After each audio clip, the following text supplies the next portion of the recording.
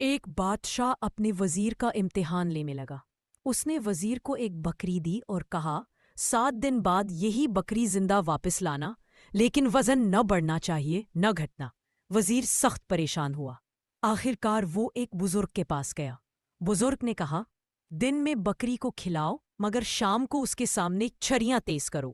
وزیر نے ایسا ہی کیا۔ بکری کھاتی بھی رہی اور ڈر کے مارے اس کا وزن بھی برابر رہا۔ جب دربار میں بکری کا وزن چیک ہوا تو سب حیران رہ گئے۔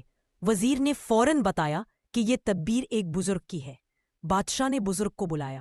بزرگ نے کہا جیسی بکری ڈر کے باوجود کھاتی رہی مگر قابو میں رہی، ویسے ہی انسان کو بھی دنیا کی عیش و آرام کے باوجود آخرت یاد رکھنی چاہیے۔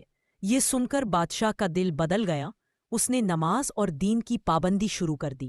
اصل کامیابی یہی ہے کہ دنیا کے ساتھ ساتھ آخرت کی فکر بھی ہو۔